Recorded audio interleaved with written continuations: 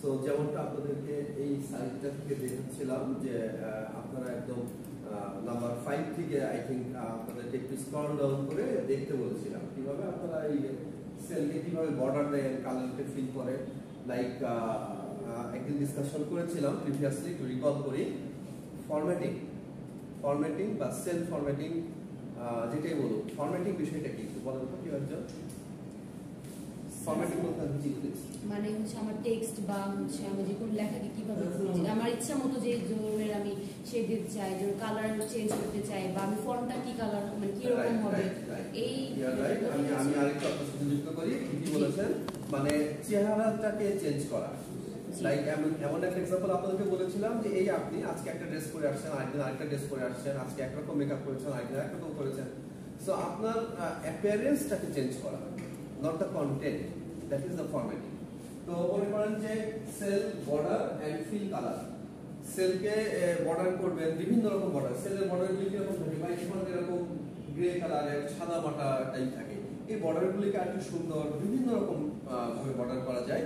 তো স্টাইলিশ করে বর্ডার করা এবং ওটাকে ডাবল লাইন, সিঙ্গেল লাইন, মোটা লাইন, বিভিন্ন কালার লাইন এটসেট্রা দিয়ে বর্ডার টর্ডার করলে টেবিলটাকে একটু দেখতে সুন্দর দেখা যায়। তো এই যে সাজানো গোছানোর পার্টটা দেখেন যে বিভিন্ন এখানে প্রিসেট দেওয়াই আছে। এটা কোথায় আছে? এটা দেখেন যে আপনি এই মেনুর মধ্যে পেয়ে যাবেন। দেখেন কোন মেনু থেকে আসছে? Sell style. সেল স্টাইল কোথায়? একদম হোম, প্রথম যে মেনুটা চালালেই যে মেনুটা আসে আপনার সামনে, that is the home menu, তাই না? এই যে আমি এক্সেল চালিয়ে আপনাকে দেখাই, এইটা কোথায় আসে? এই যে বিভিন্ন রকম কালার স্টাইল করা, এগুলিকে আপনারা একটু বেসিক্যালি প্র্যাকটিস করবেন।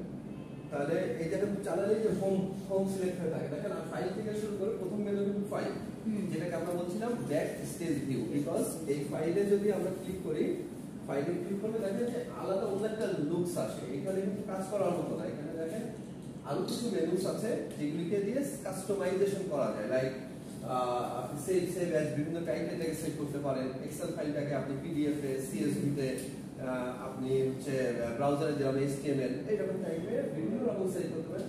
প্রিন্ট যখন করবেন আপনি একটা বড় এক্সেল ফাইল, বিভিন্ন শেপের তো হয় এক্সেল ফাইলটা, ওটা তো একটা A4 সাইজের পেজের মতো সবসময় হয় না। তাহলে ওটা যখন আমরা প্রিন্ট আউট করবো তাহলে কিছু কাস্টমাইজেশন দরকার। তো এক্সেলের এই প্রিন্ট জিনিসটা বেশ একটু কমপ্লিকেটেড ভাবে বুঝতে হবে। বুঝলে আপনি সুন্দরভাবে প্রিন্ট করতে পারবেন। যে যতটুকু আমরা দিতে চাই একটা পেজে, মনে করেন একটা টেবিল পুরাটা যদি এক পেজে আনি প্রিন্ট করি তাহলে খুব ছোট ছোট হয়ে যাচ্ছে, বোঝা যাচ্ছে না। ওইটাকে যদি 2 পেজে নেই তাহলে এমন ভাবে প্রিন্ট করতে হবে যাতে কন্টেন্টটা দেখে বোঝা যায়। এখন আপনি এ থেকে ডি পর্যন্ত কলাম একটাই আসলো, ই থেকে বাকি কলামগুলি আরেকটাই দিলেন, সেক্ষেত্রে কলাম এরকম ডিভাইড হয়ে গেলে তো আমার কন্টেন্টটা বোঝা যাচ্ছে না ঠিক মতো।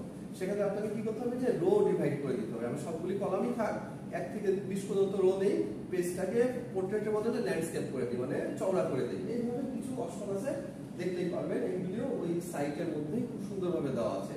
As the class time is short, আমরা মেইনলি ফোকাস করবো এই টাইপের বিষয়গুলির দিকে, ঠিক আছে? বাট এইগুলিও নেসেসারি, যেগুলি আপনাকে এখান থেকে দেখবেন আর কি। সো দেখেন এই যে হোম মেনুর মধ্যে যেটা দেখাচ্ছিলাম, এই যে সেল স্টাইল, সেল স্টাইলে ক্লিক করলে তো এরকম বিভিন্ন সেলের স্টাইলগুলি প্রিসেট দেওয়া আছে। প্রিসেট মানে একরকম সেটিংস দেওয়া আছে, আপনি চাইলে আপনার মতো কাস্টমাইজ, দেখেন এই যে এখানে নিচে অনেক রকম কাস্টমাইজেশন আছে, নিউ সেল স্টাইল আছে। আপনি আপনার মতো সেল স্টাইলকে ডিফাইন করে সেটাকে অ্যাড করে রাখতে পারবেন, ঠিক আছে?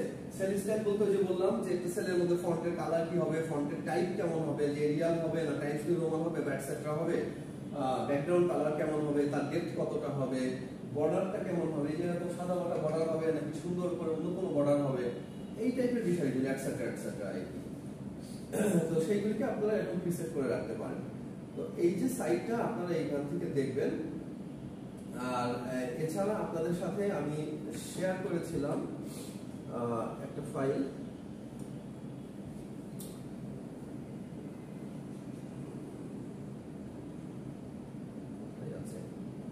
আচ্ছা যাই হোক, আমরা একটা ডেটা লাগবে, তো ওই ডেটার জন্য আমি একটা ফাইল করছিলাম আর কি। কারণ আমরা যে লজিক্যাল ফাংশন দেখবো একটা ডেটার উপরে অ্যাপ্লাই করবো।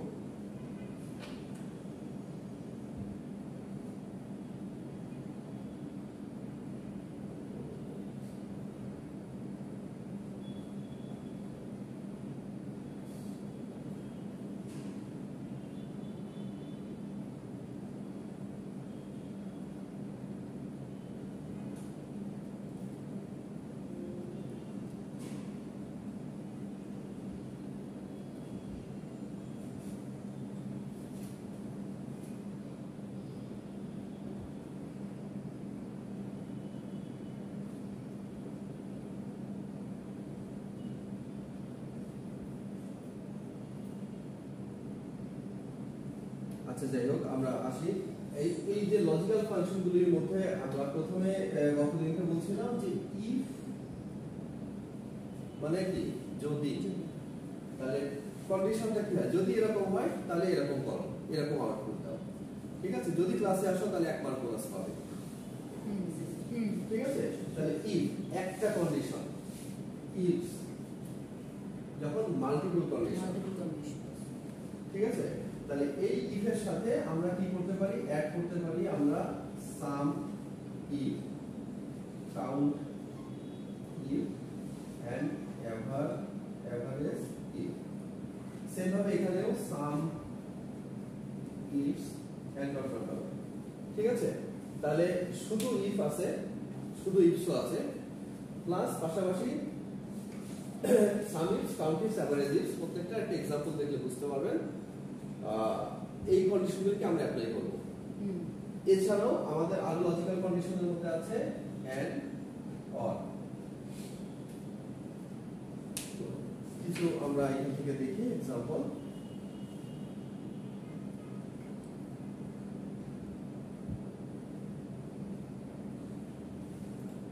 আচ্ছা, মনে করেন যে কিছু সংখ্যা আপনার এখানে দেওয়া আছে, ছোট ছোট एग्जांपल থেকে আমরা বুঝি, বাট আমরা যখন রিয়েলি কাজ করব আপনি আপনার থিম থেকে কাজ করতে পারবেন। মনে করেন যে কিছু সংখ্যা দেওয়া আছে, এখন আপনাকে বলতেছি কাউন্ট ইফ করেন বা সাম ইফ করেন। প্রথমে যেহেতু সাম ইফ আছে, সাম ইফের কথা বলি। মনে করেন এখানে 10 এর চেয়ে বড় সংখ্যাগুলিকে যোগ করেন। সাম ইফ 10 এর চেয়ে বড় সংখ্যাগুলিকে বা ছোট সংখ্যাগুলিকে, যাই হোক একটা কন্ডিশন, এটা 10 এর চেয়ে বড় বা ছোট হতে পারে, 5 এর চেয়ে বড় বা ছোট। তাহলে যোগ করেন, গুণেন, কাউন্ট করেন অথবা এভারেজ করেন, একই বিষয়। তাহলে একটা কন্ডিশন, তাহলে একটা কন্ডিশন হলে আমরা এইগুলিকে ইউজ করব। ওয়ান কন্ডিশন এখানে শুধু ইফ ইউজ করা যাচ্ছে না, বিকজ আমরা যোগ করতে বলেছি বা গুণ এভারেজ করতে বলেছি। তাহলে এখানে আপনারা ফর্মুলা যেভাবে লিখবেন equal to some if, some if. দেখেন সাম ইফ এর পর ডাবল ক্লিক করলে কি হচ্ছে খেয়াল করেন, লেখালেখি মনে হয় খুব বেশি প্রয়োজন হবে না, কারণ হচ্ছে ওই যে আপনারা ওখানে স্ক্রল করবেন না, স্ক্রল করে ওয়েবসাইটে দেখবেন, ওখান থেকে দেখলে অনেক কিছু পেয়ে যান। ক্লাসে এটা বোঝার চেষ্টা করেন, বাট এইটুকু তুলতে পারেন যে এইগুলি করানো হয়েছে ক্লাসে, এতটুকু তুললেই যাবে। আচ্ছা, সাম ইফ এর মধ্যে আপনাকে এরকম ক্রাইটেরিয়া বলে দেয় যে রেঞ্জ, ক্রাইটেরিয়া, সাম রেঞ্জ। এটা গত দিকে দেখাইছিলাম আমার মনে হয়েছে, রাইট? তাহলে ইফস দেখাই আমরা, ইফস আসি। আচ্ছা, এটা যখন আসছি আরেকবার দেখিয়ে রিকল করে দিই। মনে করেন রেঞ্জ কতটুকু, যে এতটুকু। আমরা এটা কালার ভ্যালু দিয়ে দেখাইছিলাম ইফে, তাই না? মনে আছে না যারা ছিলেন? তাহলে এটা দেখেন রেঞ্জ দিলাম, তারপর ক্রাইটেরিয়াতে আমি লিখলাম কি, যে ডাবল কোটের মধ্যে গ্রেটার দ্যান 10। কোথাও তো লেখা নাই এটা। আমাদের এই বলা হয়েছে যে এইটুকু যোগ করার জন্য, তাহলে আমরা এইটুকু সিলেক্ট করেছি। হ্যাঁ, এইটুকু সিলেক্ট করেছি। এখন ধরেন এই সি সেলে কন্ডিশনটা আমি নাই, এখন লিখবো, ধরেন সি সেলে লিখে দিলাম গ্রেটার দ্যান 10। তাহলে সি সেলকে দেখালে হবে।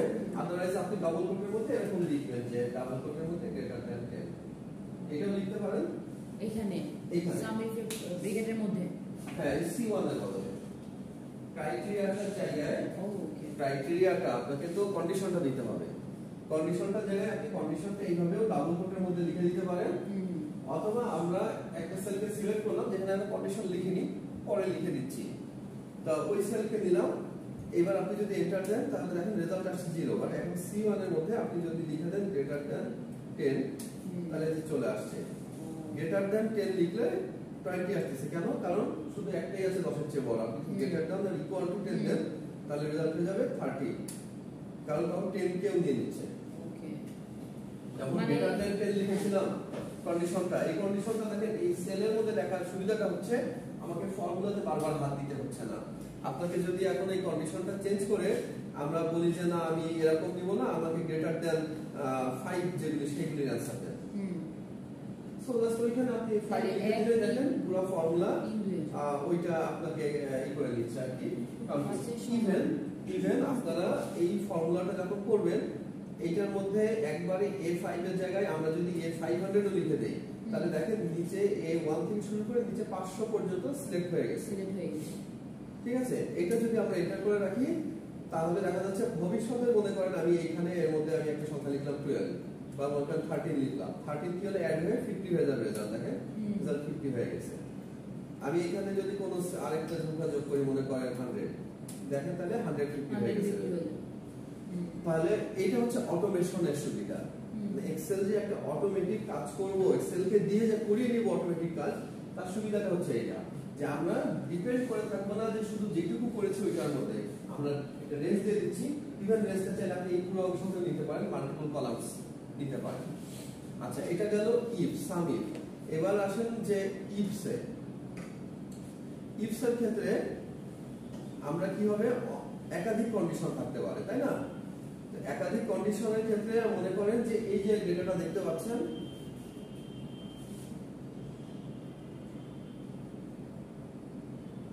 এই যে ডেটাটা দেখতে পাচ্ছেন, আপনাকে বলছি যে এ কলাম থেকে কি করবেন, ব্লু ভ্যালুকে দিবেন, বি কলাম থেকে গ্রিন ভ্যালুকে দিবেন, নিয়ে এগুলিকে যোগ করবেন। তাহলে ব্লু প্লাস ব্লু তো আর 2 ব্লু হয় না, তাহলে ব্লুর সাথে একটা নাম্বার দেওয়া আছে, সেই নাম্বারকে সাম করব। আপনাকে কি করতে পারে, এখানে ব্লু কয়টা কাউন্ট করে দিতে পারে, কিন্তু সাম ব্যবহার করতে বলবেন, কারণ এটা লজিক্যাল হয় না। আপনাকে বলতে পারে একটা লম্বা লিস্ট দিয়ে এর মধ্যে কয়টা ব্লু ভ্যালু আছে। আপনি ছোট লিস্ট হলে ম্যানুয়ালি এক এক করে গুনতে পারলেন, বাট বড় একটা পুরো টেবিল হলো, টেবিলের মধ্যে তখন তো আমার এইভাবে গোনা কষ্টসাধ্য, তো গোনা যাবে না তা না, কষ্টসাধ্য। তো আমি ছোট্ট একটা ফাংশন দিলে ইকুয়াল টু কাউন্ট ইফ দিয়ে রেঞ্জটা দিয়ে দিলাম, দিয়ে ডাবল কোটের মধ্যে বা একটা জায়গায় ব্লু লেখা আছে, ব্লু লেখা একটা সেলকে দেখিয়ে দিলাম, তাহলে ওর সাথে সাথে গুনে দিল যে এখানে এতগুলি ব্লু আছে, তাই না? খুব সহজ। তাহলে দেখেন যে এখানে বলেছি প্রথম কলাম থেকে আপনি ম্যাচ করবেন ব্লু, দ্বিতীয় কলাম থেকে ম্যাচ করবেন গ্রিন, তার যোগফল দেখাবেন। তাহলে প্রথম কলাম থেকে যদি আপনি ব্লু ম্যাচ করেন, তাহলে দেখেন 1 3 4 এই দুটো লাইন হাতে থাকবে, 2 আর 5 প্রথমেই 9 হয়ে গেল, ঠিক আছে? এবার 1 3 4 থাকলো, এরপর আমি বলছি দ্বিতীয় কলাম থেকে গ্রিন মিলাবেন, তাহলে 1 মিললো না, এটাও বাদ হয়ে গেল, 1 বাদ হয়ে গেল। 3 এ আসে, 3 মিললো না, এটাও বাদ হয়ে গেল। 4 হ্যাঁ এটা মিললো, তার মানে এইটা আমার হাতে থাকছে, একটা থাকছে। এরকম আরো যদি কিছু ভ্যালু থাকে সেইগুলিও হাতে থাকবে, মনে করেন আমি আরো একটা ভ্যালু এরকম ম্যাচিং দেই, তাহলে বুঝতে সুবিধা হবে। মনে করেন যে এর একটা ভ্যালু দিলাম 12,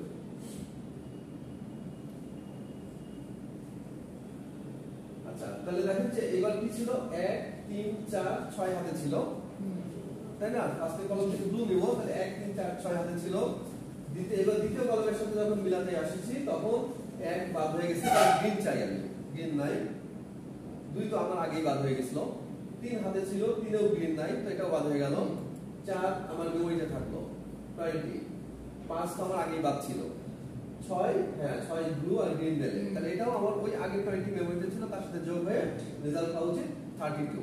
তাহলে আপনি এবার সুন্দর করে ফাংশনটা লেখেন, তাতে যদি আপনার রেজাল্ট 32 আসে তাহলে বুঝবেন যে ইওর অ্যানসার ইজ কারেক্ট, মানে আপনার ফাংশন লেখাটা ঠিক আছে। ফাংশন লেখার জন্য আপনারা এখন যেহেতু আপনাদেরকে কাগজ কলমে লিখতে হবে, হয়তো আপনাদেরকে এমসিকিউ আকারে দিতে পারি, ওই সিমিলার টাইপের যে এইটা সমাধান করব, এরকম টেবিলটুকু ছড়িয়ে দিয়ে দিলাম, দিয়ে বলে দিলাম যে ফার্স্ট কলাম থেকে ব্লু। আপনারা তো কনফিউজ হতে পারেন যে স্যার লিখতে তো ফর্মুলা তো আমি করতে পারবো না, তাহলে কিভাবে লিখবো? আপনাকে কন্ডিশনটা বলে দিলাম যে এখান থেকে ব্লু এখান থেকে গ্রিন মিলিয়ে যোগ করেন, কাকে যোগ করবেন সেটা আর বললাম না, দিয়ে আমি 4টা অপশন বা 3টা অপশন দিয়ে দিলাম। আপনারা রাইট অপশনটা ক্লিক দিবেন। অপশনগুলো একটু কনফিউজিং থাকবে, হয়তো সবগুলি কাউন্টিং দিয়ে সামিট দিয়ে লিখে দিলাম, কিন্তু তার মধ্যে কোনোটাই কমা থাকবে না, কোনোটাই ব্র্যাকেট থাকবে না। তাহলে আপনাকে যখন একটা ফাংশন লেখেন, তাহলে কয়েকটা জিনিস আপনাকে বলেছিলাম কম্পালসারি, এটা হচ্ছে ইকুয়াল টু দিয়ে শুরু করতে হবে, তারপরে ফাংশনের নামটা সুন্দরভাবে নির্ভুলভাবে লিখতে হবে, মানে সাম ইফ আপনি এসইউএন লিখে ফেললেন, এসইউএন সাম ইফ, তাহলে তো হলো না। মানে ফাংশনের বানানটা সুন্দর করে লিখতে হবে, এবং তার জন্য একটা সহজ বুদ্ধি হচ্ছে আপনি পার্শিয়ালি এসইউ এতটুকু লিখেন, কাউন্টে সিও এতটুকু লিখেন, দেখেন যে সিও দিয়ে শুরু লিস্ট চলে আসছে, ওই লিস্টের উপরে আপনি ডাবল ক্লিক করেন। স্যার খাতায় সিও দিলে সিইউ না, খাতায় তো পারবেন না ভাই, খাতায় তো ওটা লিখতে হবে, এইজন্য তো আপনাকে এমসিকিউ টাইপের অপশন রাখছে। আপনারা তো মেইনলি প্র্যাকটিস করবেন কম্পিউটারের জন্য, রাইট? তো ফাংশন নেমটা লিখবেন, ফাংশন নেমটা লেখার পর একটা ব্র্যাকেট ওপেন করতে হবে, ব্র্যাকেটের মধ্যে যে যে ভ্যালুগুলি দিবেন তার মাঝখানে কমা আছে, কমাগুলি দিতে হবে এবং ব্র্যাকেটটা ক্লোজ করতে হবে। This is the compulsory format for all functions. যত ফাংশন আছে, দেখেন এক্সেলে কতগুলি ফাংশন আছে। আপনার এই ফর্মুলা ট্যাবে আসেন, ফর্মুলা ট্যাবে আসলে দেখবেন এইখান থেকে এই অটোসাম আর রিসেন্টলি ইউজ, অটোসামের মধ্যে ওই যে ওই পাঁচটা ফাংশন যেটা একদম শুরুতে আমরা দেখেছি। রিসেন্টলি ইউজ মানে রিসেন্টলি কোন কোন ফাংশনগুলো নিয়ে কাজ করেছি, এই দুইটা বাদে এবার আসেন মেইন ফাংশনাল ক্যাটাগরি। ফিনান্সিয়াল গ্রুপের কিছু ফাংশন আছে, ফিনান্সিয়াল রিলেটেড কাজকর্ম করার জন্য এই ফাংশনগুলিকে লিখতে হবে। ফাইন্যান্সিয়াল লজিক্যাল কাজ আমরা যেমন আজকে করছি, লজিক্যাল শেখার জন্য আপনাদের এই ফাংশনগুলি শিখতে হবে। যার মধ্যে যে আমরা লিখেছি ইফ, লিখেছি এন্ড, অর লিখছি, আর সাম ইফ কাউন্ট ইফ চলে আসছে এই অটোসামের মধ্যে। এইগুলি লজিক্যাল ফাংশন। লজিক্যাল ফাংশন সবগুলি আমরা শিখবো না। যে এই যে এন্ড অর আমি লিখছি শিখাবো এখন আসি। আসি এইগুলি আছে করবেন। এইভাবে প্রত্যেকটা গ্রুপ অফ ফাংশনস এবং মোর ফাংশনস এর মধ্যে আরো কিছু আছে যেগুলি অ্যাডভান্স লেভেলের, বাট আমরা মোটামুটি financial, logical, text, data type, lookup এই কয়টা ক্যাটাগরি শিখতেই হবে মোটামুটি আমাদেরকে। আমরা এবং প্রত্যেকটা ক্যাটাগরিতে সবগুলিও শিখতে হবে এমন না। যেমন টেক্সট রিলেটেড কাজ করার জন্য এতগুলি ফাংশন আছে, নট নেসেসারি যে অল সব আপনাকে শিখতে হবে। শুরুতে আপনারা যেহেতু বিগিনিং এ, শুরুতে আপনাদের ওই যে আইদার ক্লাস নোটের মধ্যে অথবা রেফারেন্স ওয়েবসাইটে যে কয়টা ফাংশন দেখতে পান ওই কয়টা শিখলেই হবে। মানে ফাংশনের বেসিক কনসেপ্টটা, মানে ফাংশন কিভাবে লিখতে হয়, ফাংশন কিভাবে কাজ করে, এই যে আর্গুমেন্টগুলি আপনাদের কিন্তু ওই যে বলে দিচ্ছে। আপনারা ভুলে যান যে আপনাদেরকে পরীক্ষার সময় কাগজ কলমে লিখতে হবে, ওইটা ভুলে যান সবসময়। মনে করেন যখন আপনি কম্পিউটার লিখছেন, ইকুয়াল টু ফাংশন নেমটা লিখে ডাবল ক্লিক করবেন অথবা এই ব্র্যাকেটটা ম্যানুয়ালি ওপেন করবেন, ডাবল ক্লিক করলে কিন্তু ব্র্যাকেট সহ চলে আসছে, দেখলেন তো। বাট এই ব্র্যাকেটটা যখন আপনি দিবেন তখনই দেখবেন যে এখানে নিচেতে সিনট্যাক্স লেখাটা চলে আসছে, অলওয়েজ আসবে। ঠিক আছে, ওই সিনট্যাক্সটা দেখে দেখে আপনি দেন ভ্যালু দিবেন। যেমনটা আমরা এখন ধরেন এইখানে দিব যে আমরা লিখলাম equal to some if, some ifs, যেহেতু দুইটা কন্ডিশন। দেখেন এটার উপর যখন আমরা ডবল ক্লিক করব দেখেন যে এই যে নিচেতে যে লেখাটা ছোট করে দেখতে পাচ্ছেন এইটা অলওয়েজ আসবে। ঠিক আছে, এবং সাম ইফস যতবারই লিখবেন এইটাই আসবে, অন্য কিছু আসবে না। যে না স্যার আপনারটা একরকম আসছে আমারটা আরেকরকম আসছে, নট লাইক দ্যাট। ইভেন আপনি এটা তো এক্সেলে করছি, এক্সেলের যে কোনো ভার্সন, এটা এক্সেলের কত 16 বা 19 ভার্সন, আপনি যে কোনো এক্সেলে করেন, আপনি গুগল শিটে করেন, আপনি ডব্লিউপিএস অফিসে করেন, অর আদার এই টাইপের স্প্রেডশিট রিলেটেড সফটওয়্যারে করেন না কেন, যখন এখানে আপনি সাম ইফ লিখেন এইরকম সিনট্যাক্সই আসবে। তাহলে সিনট্যাক্সের মধ্যে বুঝতে হবে যে কি কি চাচ্ছে। সাম রেঞ্জ আলাদা কিন্তু না। কেন আলাদা না? সাম আন্ডারস্কোর রেঞ্জ মানে পুরোটা মিলে একটা শব্দ, সাম আন্ডারস্কোর রেঞ্জ একটা শব্দ। কিন্তু এখন আপনি কি বলছে সাম রেঞ্জটা দিতে বলছে। আমরা এর আগে কাউন্টিংটা শিখেছিলাম কি ক্রাইটেরিয়া রেঞ্জ এরকম আসছিল। এখানে দেখেন আগেই সাম চাচ্ছে, রেঞ্জ চাচ্ছে। আমরা গতদিনে একটু খেয়াল করে দেখেন, গতদিনকে যাচ্ছিলেন যে আমরা ফার্স্টে সাম চাচ্ছিল, তারপরে ক্রাইটেরিয়া চাচ্ছিল, তারপরে সাম রেঞ্জ চাচ্ছিল। দেখেন এখানে একটু মনে রাখেন, শুধু আমি আরেকটা ফর্মুলা দেখাই। সাম রেঞ্জ কিন্তু প্রথমে চাচ্ছে। আপনি যদি শুধুমাত্র এখানে সাম ইফস না দিয়ে সাম ইফ লেখেন, সাম ইফ লেখেন, তাহলেই দেখেন আপনাকে কি করছে, সাম রেঞ্জটা লাস্টে চাচ্ছে। তাহলে আপনি মুখস্থ এখানে দেওয়ার কোনো কাজ না, এখানে সিনট্যাক্স দেখেই দেওয়ার কাজ। কিন্তু সিনট্যাক্সটা অলওয়েজ সেমই আসবে। এবং এটাই শুধুমাত্র সাম রেঞ্জে সাম ইফের ক্ষেত্রে সিনট্যাক্সটা কেমন খেয়াল রাখবেন, সাম ইফের ক্ষেত্রে সিনট্যাক্সটা কেমন, এগুলো মুখস্থ রাখার বিষয় না। আসলে কিন্তু আসবেই, দেখতেই পারবেন। কিন্তু আপনার করার বিষয় যেটা, সেটা হচ্ছে যে রেঞ্জ কাকে বলে সেইটা আপনি ঠিকমতো এখানে সিলেক্ট করে দিতে পারলেন কিনা। ঠিক আছে, ক্রাইটেরিয়াটা ঠিকমতো লিখতে পারলেন কিনা। তাহলে আমরা ইফস ছিল, ইফস আসছে সাম রেঞ্জ, তাহলে এই ভ্যালুটাকে আগে দিয়ে দিতে হবে। এবং কোনটা এতটুকু দিলাম, কোনটা কম বেশি দিলাম, এই হাইটটা কিন্তু সেম রাখতে হবে। মানে আপনি তো ক্রাইটেরিয়া সেট করবেন, এই কলাম এই কলাম এই কলাম সবটার জন্যই আপনি দিবেন, ওই ফর্মুলার মধ্যে দিবেন। একে দুই ভাগ বেশি দিলাম, একে এতটুকু দিলাম, এটা করা যাবে না। দুই ভাগ বেশি আমি রাখতেই পারি, তাহলে একেও দুই ভাগ বেশি, একেও দুই ভাগ বেশি রাখতে হবে। আইদার একটা ভ্যালু থাক বা না থাক। ভ্যালু না থাকা মানে ওটা জিরো, নাল ভ্যালু। কোনো সেলের মধ্যে কিছু নাই, দ্যাট ইজ জিরো ধরে নিবে। Zero is called the null value. তাহলে দেখেন যে আমি দুই ভাগ বেশি রাখলাম, কোনো অসুবিধা নাই। চাইলে আপনারা 0 করে দিতে পারেন। আচ্ছা C8 আমরা C6 পর্যন্ত ওকে তো বলতে রাখছি। C8 আপনাদের তো দেখালাম, C8 বা C100 করে দিলেও কোনো অসুবিধা নেই। সাম রেঞ্জ দিলাম। আচ্ছা সাম রেঞ্জ দিয়ে দিলাম। কমা দেন, কমা দেওয়ার পরে কমা কিন্তু কম্পালসারি, ভুলে গেলে হবে না, কিছুই আসবে না। স্যার এখানে কিন্তু শো করে না, এটা কিন্তু আমাকে দিতে হয়েছে। কোথায়? এই যে দেখেন আপনি দেখতে পাচ্ছেন না, এখন তো দিলাম। ও আচ্ছা আচ্ছা আচ্ছা, কমা দেওয়া আছে। এই যে কমা ক্রাইটেরিয়া রেঞ্জ কমা দেওয়া আছে, ক্রাইটেরিয়া 1 কমা দেওয়া আছে। কমাটা তো ম্যানুয়ালি টিপে দিতে হবে, দেখাই আসবে না। ফর্মুলাটা তো ফাংশন নামটা সামথিংটা আমাকে টাইপ করতে হয়েছে লাইক দ্যাট।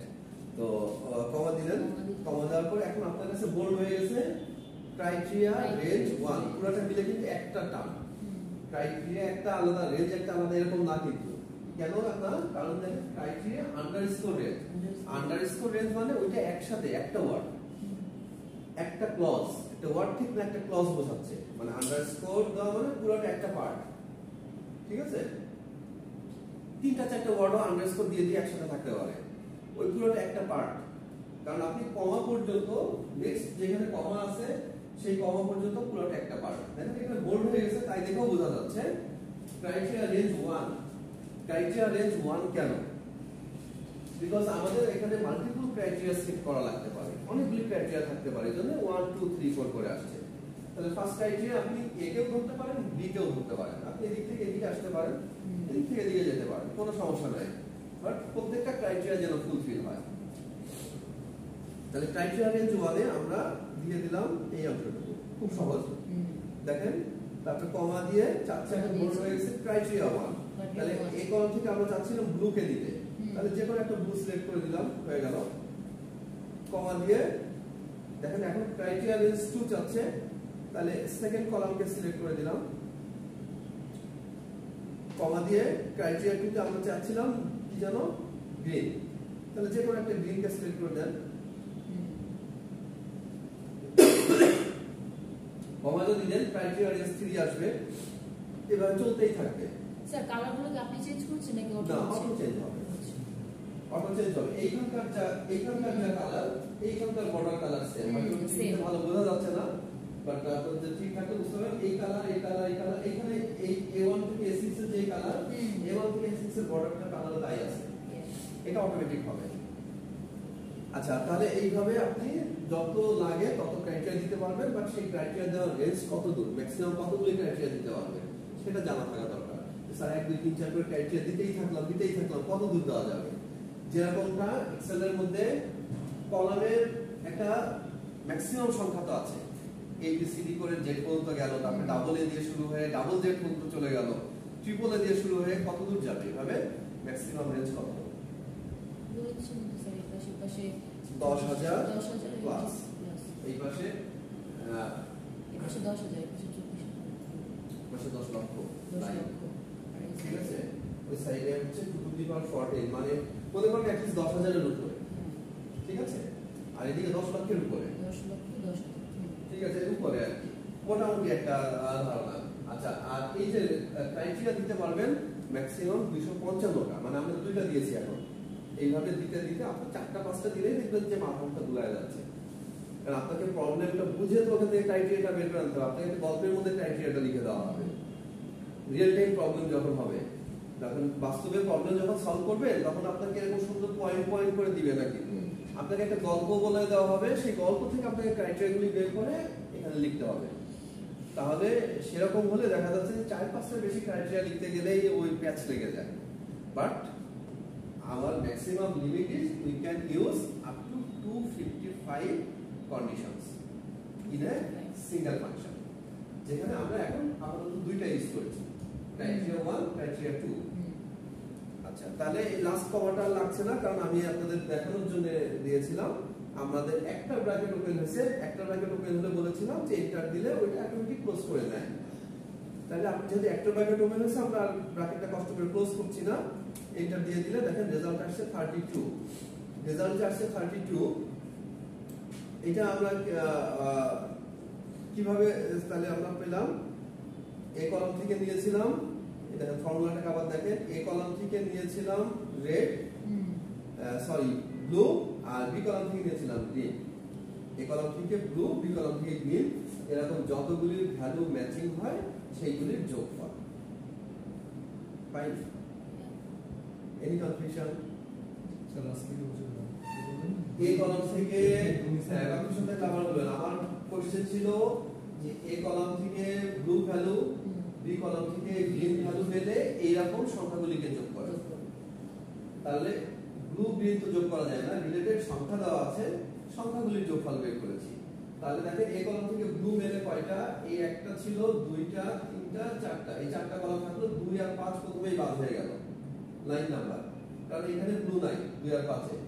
এবার হাতে যে ছিল কত? 1 3 4 6, 1 3 4 6 এর মধ্যে থেকে এবার আমরা নেক্সট কম্পেয়ার করব গ্রিন কোটায় আছে সেকেন্ড কলামে। তাহলে এইটাই গ্রিন নাই, এটাও বাদ হয়ে গেল। এটা তো আগেই বাদ হয়ে গেছিল 2, 3 থাকলো, 3 ও বাদ হয়ে গেল, এখানে গ্রিন নাই। 4 হ্যাঁ গ্রিন আছে, এটা তাহলে আমার মেমোরিতে থাকলো 20। তারপরে 5 তো আগেই বাদ হয়ে গেছিল, 6 দেখেন ব্লু আর গ্রিন মেলে, তাহলে মেমোরিতে ছিল 20, তার সাথে যোগ হলো 12, দ্যাট ইজ 32। সো আমরা দেখেন যে এই ফাংশনটা রেজাল্ট পেয়েছে 32। কন্ডিশনের উপর বেস করে সাম করলাম। এখন যদি আপনাকে কন্ডিশন বেস করে কাউন্ট করতে বলে বা এভারেজ করতে বলে, in that case also same. মনে করেন এটা করেছি আমরা জাস্ট ডিভাইড বাই 2 করবে সাম ইফস লিখে দিলাম পাশে। হ্যাঁ, এটা হলো সাম ইফস। মনে করেন এবার করব আমরা কাউন্ট ইফস। কাউন্ট ইফস যদি করি তাহলে 2 আসবে কাউন্ট। তাহলে আমি ফর্মুলা জাস্ট লিখে ফেলতেছি। মনে করেন সিও লিখলে কাউন্ট ইফস, কাউন্ট ইফস এর সিনট্যাক্সটা দেখানোর জন্য দেখেন এখানে ফার্স্টে চাচ্ছে ক্রাইটেরিয়া রেঞ্জ 1। ক্রাইটেরিয়া রেঞ্জ 1 মানে প্রথম যে ক্রাইটেরিয়াটা আপনি মাথায় সেট করেছেন সেই ক্রাইটেরিয়াটা দেন। তাহলে আমি বাম দিক থেকে শুরু করি, এইটা দিলাম ক্রাইটেরিয়া রেঞ্জ 1, কমা দিয়ে এই যে এই সিনট্যাক্সটা যদি অনেক সময় মাথার উপরে চলে আসে এটাকে চাপায় দিতে পারেন এই যে ধরে, ঠিক আছে? এটাকে যে কোনো জায়গায় মুভ করে দেওয়া যাবে। ওটা আপনার লেখার উপরে চলে আসতেছে মাঝে মাঝে, তো ওকে ছড়ায় দেন। কিন্তু ওকে দেখতে হবে আমার, ওকে না দেখে কাজ করতে পারবো না এবং ও যাবেও না। আশেপাশে কোথাও থাকবে কিন্তু যাবেও না। আচ্ছা দেখেন, তারপরে বোল্ড হয়ে গেছে ক্রাইটেরিয়া 1। তাহলে ক্রাইটেরিয়া 1 আমরা চাচ্ছিলাম ব্লু, তাহলে এটাও লিখতে পারি A1, অথবা আপনি ডাবল কোড দিয়ে তার মধ্যে বি এস ইউ ই এই কষ্ট করে আবার ডাবল কোড এটাও লিখতে পারেন। সেম আগে তো সেলস নিয়ে দেখাইছি, এটাতে লেখা দিয়ে দেখেন। তারপরে সেকেন্ডে দিলাম এইটা কমা, এখান থেকে দিলাম আমরা কি গ্রিন। দুই রকম ভাবে গ্রিন দিতে পারি না? হ্যাঁ হ্যাঁ হ্যাঁ, কেন পারবো না? এখানে গ্রিন না, আমরা রেড নিয়ে মনে করি। প্রথম কলম থেকে ব্লু, দ্বিতীয় কলম থেকে রেড। এটা দিয়ে দিই, কাজ শেষ। আমার তো এখানে সংখ্যার কোনো কাজ নাই। যদি আপনাকে এটাও দেই যে প্রথম থেকে ব্লু নেবেন, দ্বিতীয় কলাম থেকে রেড নেবেন, তৃতীয় কলাম থেকে গ্রেটার দেন 5 নেবেন, এনিথিং ইট ক্যান বি, যে কোনো একটা কন্ডিশন দিবেন। আপনি বলবেন এখানে থেকে গ্রেটার দেন 5 ভ্যালু কয়টা আছে? একটা, দুইটা, তিনটা, একটা, দুইটা, তিনটা, চারটা ভ্যালু আছে। তাহলে আমি লেস দেন 5 নেই, ঠিক আছে? এখানে মনে করেন যে আর কন্ডিশন অ্যাড করে দিই যে এইটার সাথে B1। তারপরে দেখেন যে আপনার বোল্ড হয়ে গেছে কি ক্রাইটেরিয়া রেঞ্জ 3, 3 নম্বর রেঞ্জ দিলেন না। এটা এই জন্য দেখানো যে আপনি টেক্সটকে নিয়েও কাজ করতে পারছেন, সংখ্যাকে নিয়েও কাজ করতে পারছেন। কমা দিলেন, এটার মধ্যে ডাবল কোটে লিখেন হচ্ছে লেস দেন 5। আমি এন্টার করার আগে আপনারা অ্যানসারটা দেখে বলেন তো কত হবে, কত অ্যানসার হলে আমার সূত্রটা ঠিক দেখাবে। আমি যে সূত্রটা লিখছি ম্যানুয়ালি চেক করি যে অ্যানসারটা কত মানে হওয়া উচিত, কত হওয়া উচিত। দেখেন ক্রাইটেরিয়া ছিল এ থেকে ব্লু, তাহলে 1 2 4 6 হাতে থাকছে, 1 2 4 6 হাতে থাকছে। 2 নম্বরটা থেকে দিছি B1 মানে রেড, তাহলে 1 হাতে থাকছে, 3 হাতে থাকছে, এটা বাদ, এটা বাদ, এটাও বাদ, 1 আর 3 হাতে থাকছে। এইবার থার্ড কন্ডিশনে বলেছি 5 এর চেয়ে ছোট ভ্যালু, 5 এর চেয়ে ছোট না, 5 এর চেয়ে ছোট না, তাহলে 0। তাহলে এটা 0। আমি মনে করি প্রথম সংখ্যাটাকে একটু ছোট করে দিই মনে, তাহলে দেখেন এটা যে 0 আসছে মানে রাইট আসছে। এখানে যদি আমি 10 এর বদলে 3 লিখি তাহলে দেখেন যে কাউন্ট তো একটা মিলস পাইছে, এখানে 7 এর বদলে যদি আমি 4 লিখি তাহলে আরেকটা, তাহলে কাউন্ট করে দিচ্ছে। Matching criteria with count. আপনারা তো লেট করছেন কেন? লেট করলে তো এই বুঝবেন না। হ্যাঁ হ্যাঁ পারলেন? আচ্ছা গুড, পারলেই হবে। আচ্ছা এরপরে সেম ভাবে অ্যাভারেজ ইফ আমরা শুধু ফর্মুলাটা লিখে আপনাকে সিনট্যাক্সটা দেখাই। তাহলে আপনি জিজ্ঞেস করছেন কেন যে স্যার এটা এক্সেল এর কাজ, এক্সেল না?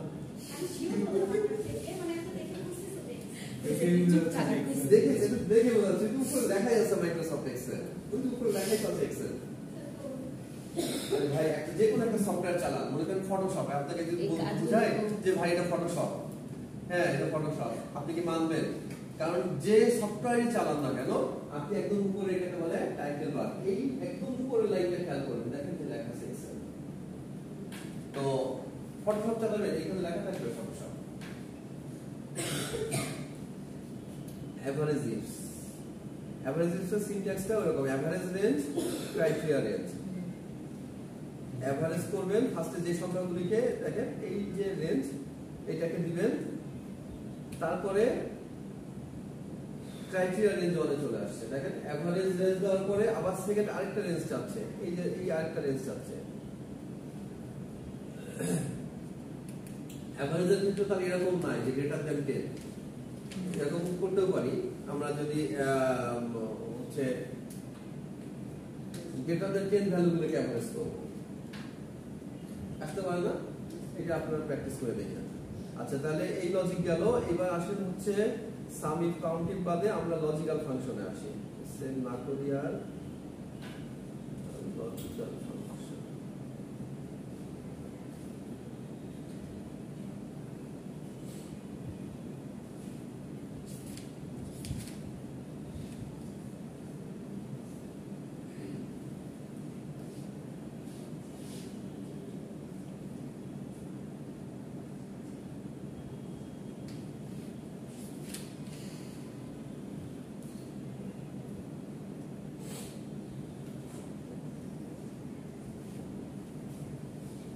এবার আমরা আসবো হচ্ছে এন্ড অর, এইগুলিতে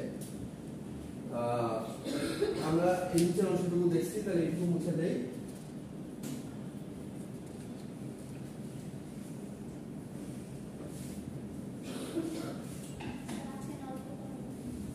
জি বুঝিনি, ছাড়া যাবে না, এই সমস্যা তৈরি হয়। আমি অল্প কর্ম বলেছি, আমি অল্প কথা বলবো বলেছি, আর তোমাদেরকে প্র্যাকটিস করাবো বলেছি। আচ্ছা উপায় নেই। আচ্ছা এখান থেকে একটু খেয়াল করার চেষ্টা করি। মনে করি কিছু স্টুডেন্টদের 4টা আলাদা আলাদা কুইজের মার্কস দেওয়া আছে। এখানে কন্ডিশনে বলে দেওয়া হয়েছে যে প্রথম কুইজে 8 এর চেয়ে বেশি অথবা সমান হতে হবে, তাহলে পাস হবে আর কি। আমরা 8 এর চেয়ে বেশি অথবা সমান মানে 8ই বলা যায়, 8 হলেই তো পাস। তার বিষয়টা এরকমই দাঁড়ায়। আচ্ছা 8 হলেই তো পাস, 8 এর চেয়ে বেশি হলে তো পাস হবে। দ্বিতীয়টাই বলা আছে দেখেন 7 এর চেয়ে গ্রেটার হলে পাস, মানে এখানে কিন্তু 7 হলে পাস না। ঠিক আছে, এটা জাস্ট একটা কুইজের एग्जांपल দিয়ে দেখানো হয়েছে দেখে, বাট বেসিক্যালি আপনাকে greater than, equal to or less than equal to লজিকটা বোঝানোর জন্য এখানে এই টার্মটা ইউজ করা হচ্ছে। মানে এটাও যে এভাবে ইউজ করা যায় বা এটাও যে লজিক্যাল, সেই বিষয়টা আপনাদের যেন মাথায় থাকে। ঠিক আছে, তাহলে 2 নম্বর কুইজেও 8 না হলে পাস না, 7 হলে কিন্তু ফেল, বিকজ এখানে দেওয়া আছে গ্রেটার দ্যান 7। 3 নম্বরে গ্রেটার দ্যান 5, 4 নম্বরেও গ্রেটার দ্যান 7, 5 মার্ক দেওয়া আছে। তারপর অথবা কন্ডিশনকে ফুলফিল করার ক্রাইটেরিয়া দেওয়া আছে। আপনাকে বলা হচ্ছে যে প্রথমে মনে করেন এই কুইজগুলি বাদ, একটা কুইজে 5টা ফেল কি করে বের করেন? আপনি বলেন যে এই 8 পাইছে, এর ঘরে 5 লেখা আসবে, 9 পাইছে 5 লেখা আসবে, একে ফেল লেখা আসবে, এর 5 লেখা আসবে। তাহলে এই তিনজনের 5 লেখা আসবে, এই তিনটা আপাতত ভুলে যান, ঠিক আছে? কুইজ 1 এর পাস না ফেল বের করব কিভাবে?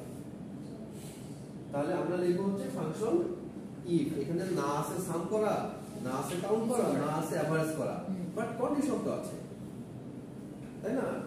মার্কস যদি পাস করার সংখ্যক পরিমাণ মার্কস পাই তাহলে পাস, না হলে ফেল। তাহলে আমরা রেজাল্টের ঘরে লিখব ইকুয়াল টু ইফ, দেখেন ইফ লিখে আপনি দেখেন সিনট্যাক্স আসছে ইফ, শুধু ইফ যে ফাংশন, এই ফাংশনটা অনেক জায়গায় অনেকভাবে অনেক কাজে আসবে, এটা খুবই ইম্পর্টেন্ট একটা ফাংশন। এন্ড অলসো আমরা যে ফাংশনগুলি প্রিভিয়াসলি শিখেছি সেগুলো খুব ইম্পর্টেন্ট, এবং খুব ইম্পর্টেন্ট ছাড়া বাকি ফাংশনগুলি আপাতত আমরা এই ক্লাসে শিখবো না।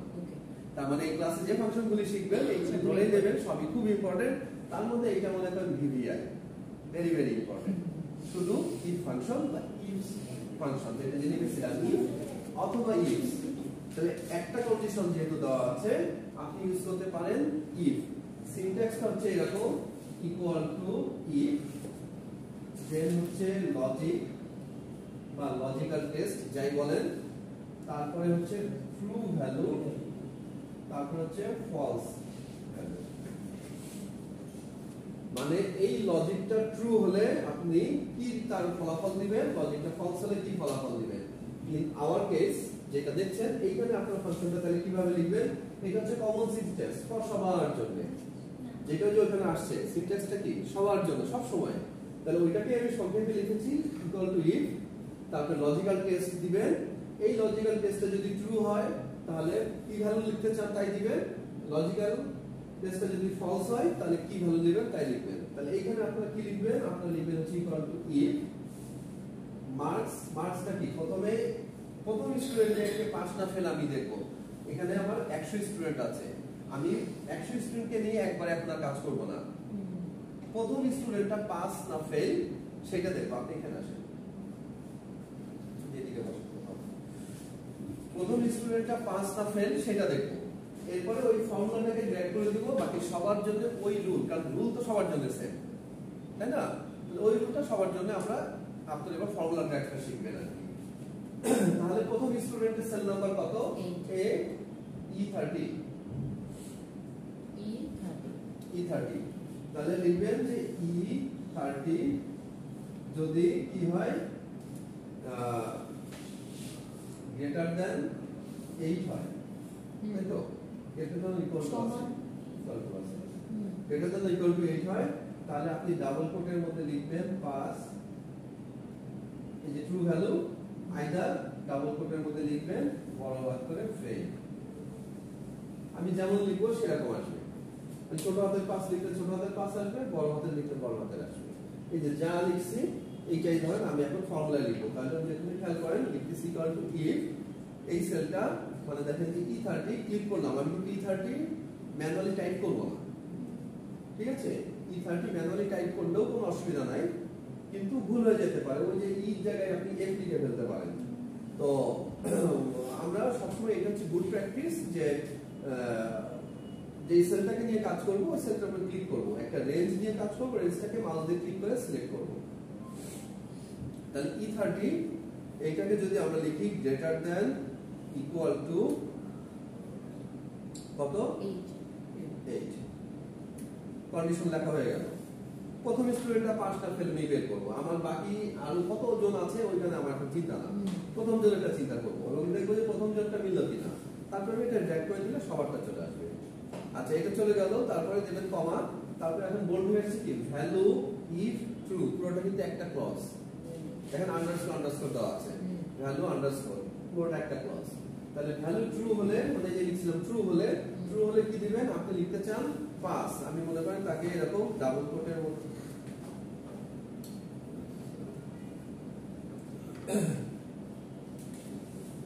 কোটের মধ্যে লিখেন যে বড় হাতের পাস লিখে দিলাম,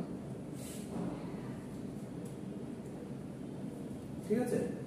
আর ট্রু ভ্যালুতে কি লিখলাম, ট্রু ভ্যালুতে কি ট্রু আজকে বলেছে কি ট্রু ভ্যালু, তাহলে যদি ওই কন্ডিশনটা মিলে তাহলে কি লিখবেন, আপনি পাস লিখবেন, বুঝছেন তো? আর যদি কন্ডিশনটা না মিলে তাহলে সেটাও তো দিতে হবে, ফেল লিখবো। কমা দেন, আমরা আবার এটাকে ডবল কোটের মধ্যে লিখবো, এর মধ্যে ফেল না লিখে আমি লিখলাম ট্রাই এগেইন, মনে করেন ট্রাই এগেইন।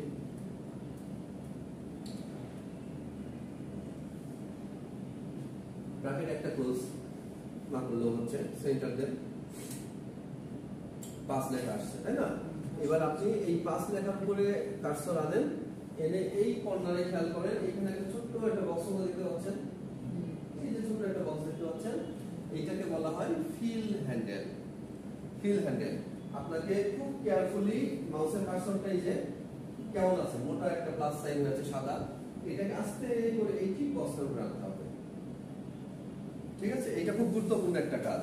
দেখেন এটাকে আস্তে করে বক্সের উপরে আনলে আপনার কার্সরটা কি হয়ে গেছে, একটা চিকন একটা প্লাস সাইন হয়ে গেছে। এই অবস্থাকে আপনি ক্লিক করে, ঠিক এই অবস্থায় ক্লিক করে যখন আপনি এইভাবে ড্র্যাগ করে দিলেন, বাকি সবার রেজাল্ট চলে আসবে। যত দূর ড্র্যাগ করে দিতে দিবেন, ফার্স্টে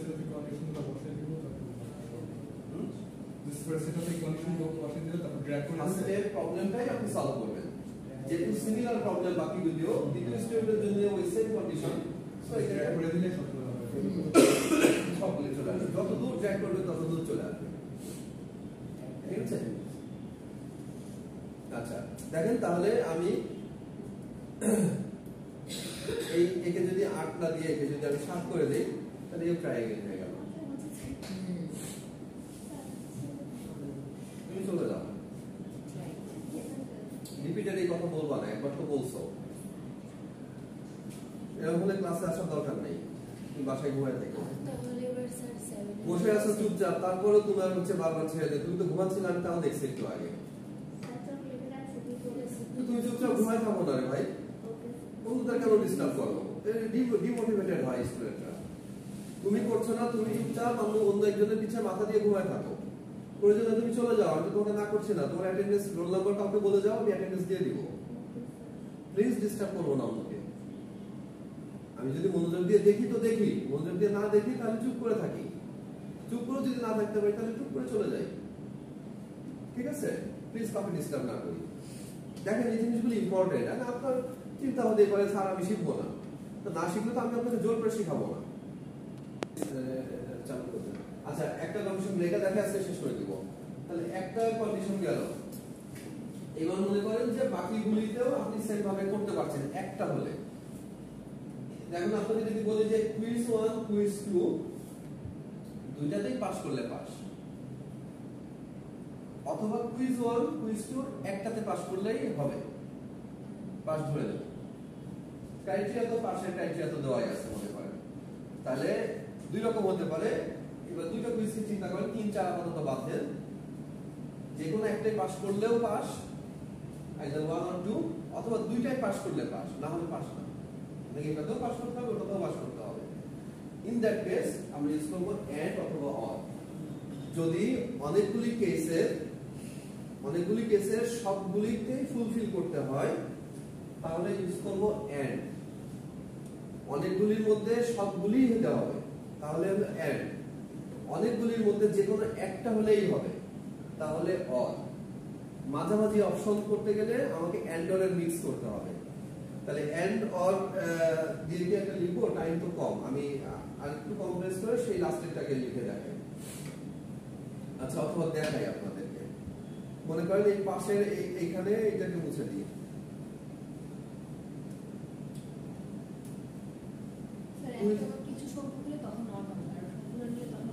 সবগুলি হলে এন্ড হবে, আর একটা বা কিছু সংখ্যক না, কমপক্ষে একটা। এভাবে লিখেছে কমপক্ষে একটা মিললে অর হবে। ঠিক আছে? ইকুয়াল টু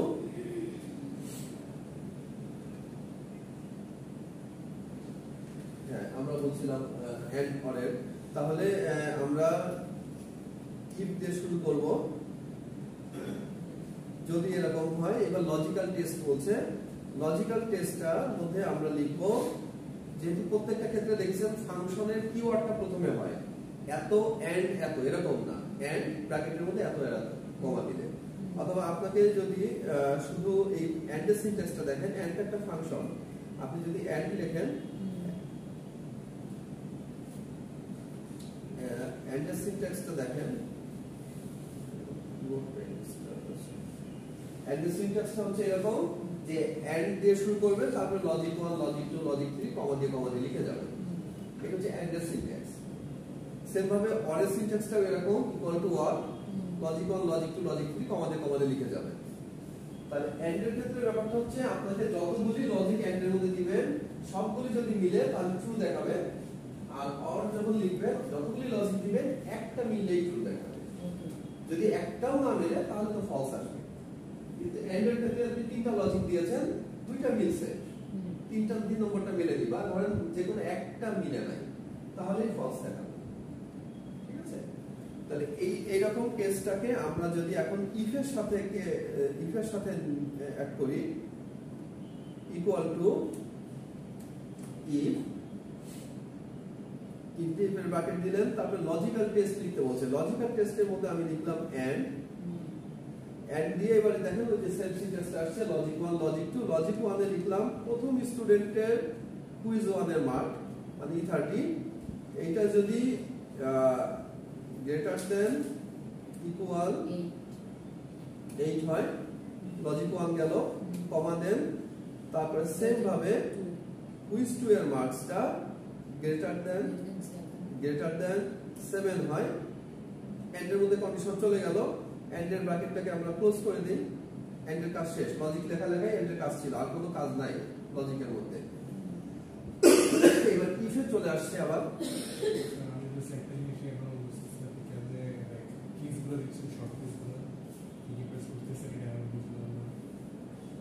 আমি তো আপনার কোশ্চেন বুঝলাম, আবার বলেন। লাইক আপনি যে টাইপ করতেছেন না, জি, এই যে অটোমেটিক্যালি আসছে 830, এটা কি প্রেস করে আসছে, এটা কি করতেছে কোনটা এগুলি?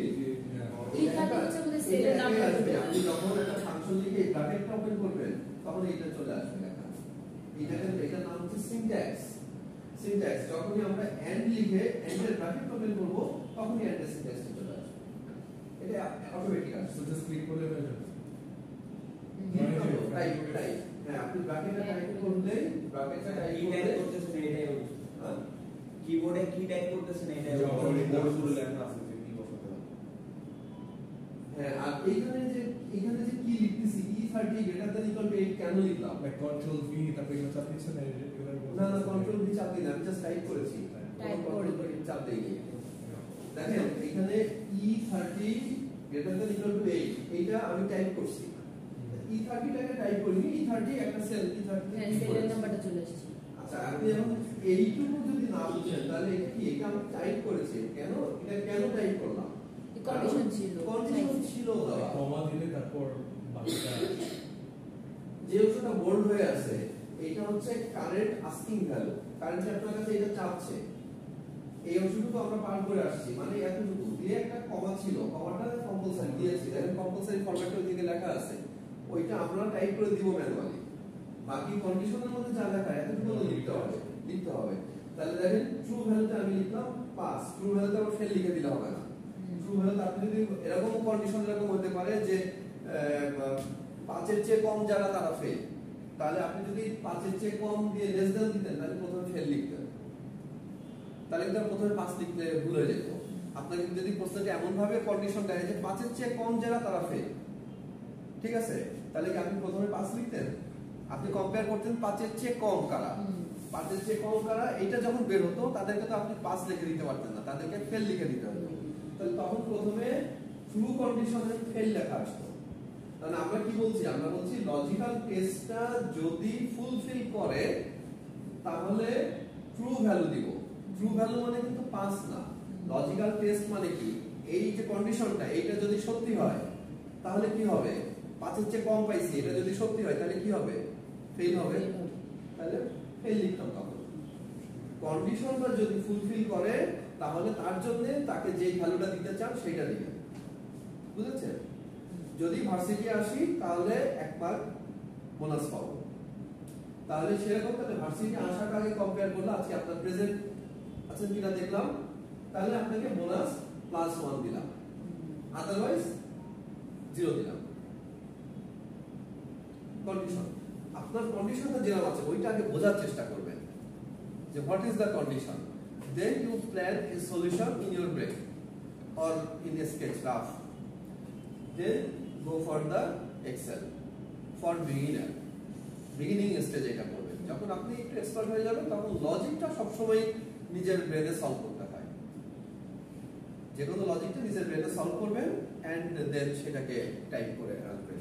আচ্ছা 5 দিলাম, তারপরে আরেকটা এগেইন কমা দিতে হবে, কারণ কমা কেন নিয়ম অনুযায়ী, এই যে কমা নিয়ম, ইট ইজ দ্য রুল কমা দিতে হবে। ওখানে দেওয়াও ছিল ফলস ভ্যালুতে আমরা ডাবল কোটের মধ্যে লিখলাম এফ মানে ফেল বুঝলাম, এফ দিলে হবে যা লিখেন আপনি এখানে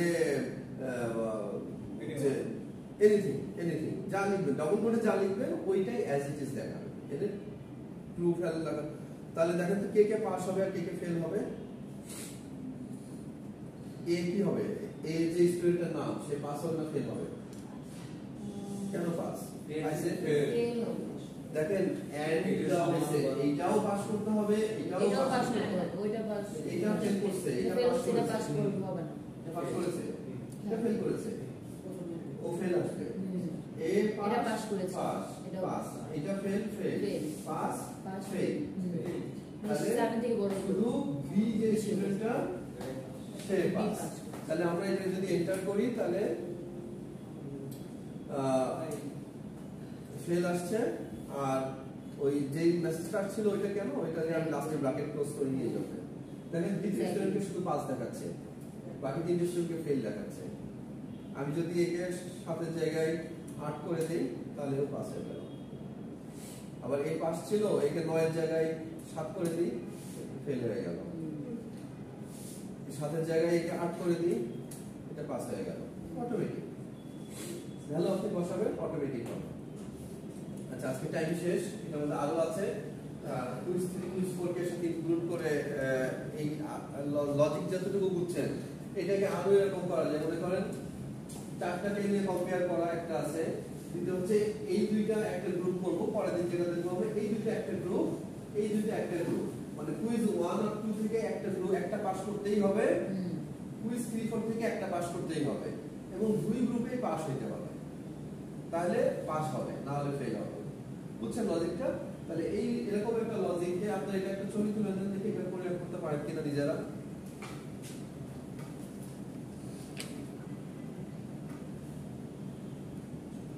কন্ডিশনটা বুঝেছেন? এই যে হলুদ কালার, এই দুইটা থেকে একটাই পাস হতে হবে, এই দুইটা থেকে একটাই পাস হতে হবে, তার মানে গ্রুপ 1 আর গ্রুপ 2 দুইটাই আবার ফুলফিল করতে পাস হতে হবে, তাহলে পাস, না হলে ফেল। এই কন্ডিশনটা যদি সলভ করতে পারেন তাহলে করবেন, না পারলে আমি নেক্সট দিন দেখিয়ে দেব। তাহলে আমাদের এই ইফ কন্ডিশন রিলেটেড এই কাজগুলি করা শেষ হয়, লজিক্যাল ফাংশন গ্রুপ শেষ হয়, আমরা অন্য গ্রুপে যেতে পারবো।